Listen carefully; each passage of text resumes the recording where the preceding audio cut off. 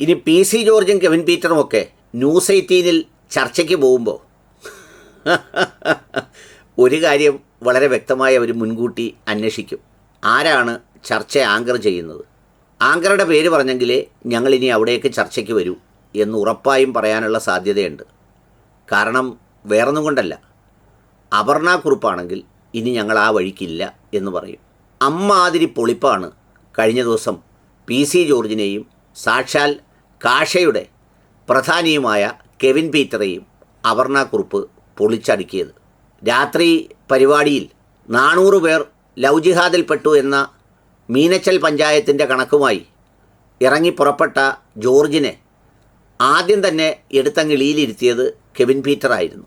എണ്ണവും പഞ്ചായത്തും ഒന്നും പറയാതെ ബുദ്ധിപരമായി ലവ് ജിഹാദ് ഉണ്ടോ ഇല്ലയോ എന്ന് ചർച്ച ചെയ്യട്ടെ, അല്ലെങ്കിൽ ഉണ്ണട്ടെ, ഉണ്ടിട്ട് വരട്ടെ എന്നൊക്കെ പറഞ്ഞ് രംഗത്തിറങ്ങിയതാണ് പി സിയും കെവിൻ പീറ്ററും. ചെന്നുപെട്ടത് അപർണ കുറുപ്പെന്ന് പറയുന്ന ആങ്കറുടെ വായിലാണ്. പി സി പിടിച്ചു നിൽക്കാനായി അന്നത്തെ ദിവസം ഒളിച്ചോടിയ 1-2 കണക്കും അതിന് ഒരാഴ്ച മുമ്പ് ഒളിച്ചോടിയ കണക്കുമൊക്കെയായി ചെന്നു. അപർണ പറഞ്ഞു, അതെല്ലാം അവിടെ ഇരിക്കട്ടെ, താങ്കൾ പറഞ്ഞ 400-ന് എണ്ണമുണ്ടോ എന്ന് ചോദിച്ചു. 400 പോയിട്ട് 40 പോലും ഇല്ലാത്ത പി സി ജോർജ് ദബ്ബബ്ബബ്ബബ്ബ എന്നായി മറുപടി. പേര് പറഞ്ഞാൽ അതുണ്ടാക്കുന്ന പ്രത്യാഘാതവും കൊള്ളാവുന്ന കുടുംബത്തിൽ നിന്ന് പെൺകുട്ടികൾ ഇറങ്ങിപ്പോയതിൻ്റെ ദുഃഖവും കൊണ്ടുപോയവൻ ചന്തയാണെന്നും പറയുന്ന സാക്ഷാൽ പി സി, എന്നാൽ ഒരു 10 ചന്തയുടെ പേര് പോലും പറയാൻ ഈ വലിയ ചന്തയുടെ കയ്യിൽ ഇല്ലാതായിപ്പോയി എന്നതാണ് സത്യം. അതിനെ ഒരു പരുവത്തിന് കൈകാര്യം ചെയ്ത ശേഷമാണ് കെവിൻ പീറ്ററെ എടുത്തത്. കെവിൻ പീറ്ററും വലിയ വായിലെ ആ വാക്കില്ലാത്തത് കൊണ്ടാണ് കേസില്ലാത്തത് എന്ന് പറഞ്ഞ് രംഗത്തിറങ്ങിയപ്പോൾ അപർണയുടെ ഉഗ്രരൂപം പൂണ്ടു. നല്ല ശരിക്കും അങ്ങോട്ട് ചോദിച്ചു, താങ്കൾ പോലീസാണോ? താങ്കൾ കോടതിയാണോ? താങ്കൾ കേരളത്തിലെ ഹൈക്കോടതിയിൽ വിശ്വസിക്കുന്നുണ്ടോ? താങ്കൾ കേരളത്തിലെ പോലീസ് മേധാവിയിൽ വിശ്വസിക്കുന്നുണ്ടോ? അതിനൊന്നും അദ്ദേഹത്തിന് മറുപടിയില്ല. അദ്ദേഹത്തിന് ഏകപക്ഷീയമായി സംഘപരിവാർ എഴുതി കൊടുക്കുന്ന ആ സ്ക്രിപ്റ്റ് പേജിലിട്ട് കളിച്ചുള്ള പരിചയമല്ലാതെ മറ്റൊന്നുമില്ലാത്തതുകൊണ്ടും, പിന്നെ സ്വന്തം കുഞ്ഞ് ചെയ്ത വേദന ഹൃദയത്തിൽ മുറിവേൽപ്പിച്ചതിൻ്റെ ദുഃഖം തളം കെട്ടി നിൽക്കുന്നതിൻ്റെ വേദനയും ഒഴുക്കാമെന്നല്ലാതെ പറയുന്നതിനൊന്നും യാതൊരു ന്യായവും ഉണ്ടായില്ല. ഒന്നും പറയാനില്ലെന്ന് മാത്രമല്ല, വിടാതെ അപർണ ആവർത്തിച്ച് ഈ ചോദ്യം ചോദിച്ചുകൊണ്ടേയിരുന്നു. ഒടുവിൽ ഗത്യന്തരമില്ലാതെ എന്തൊക്കെയോ പറഞ്ഞ് അവസാനിപ്പിക്കേണ്ടി വന്നു.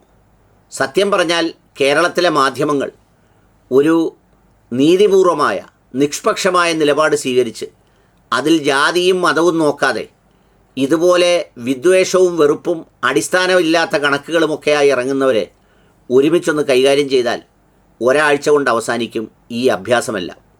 പക്ഷേ പലപ്പോഴും പലരും തങ്ങളുടെ റീച്ചിനും അല്ലെങ്കിൽ തങ്ങൾ പ്രതിനിധാനം ചെയ്യുന്ന ജനവിഭാഗത്തിൻ്റെ ഈ വിദ്വേഷ വികാരത്തെ അതെങ്ങനെയെങ്കിലും കച്ചവടമാക്കാൻ വേണ്ടിയുള്ള താല്പര്യങ്ങളുമായി മുന്നോട്ട് പോകുമ്പോഴാണ് അതൊക്കെ സമൂഹത്തിൽ നിലനിൽക്കുന്നത്.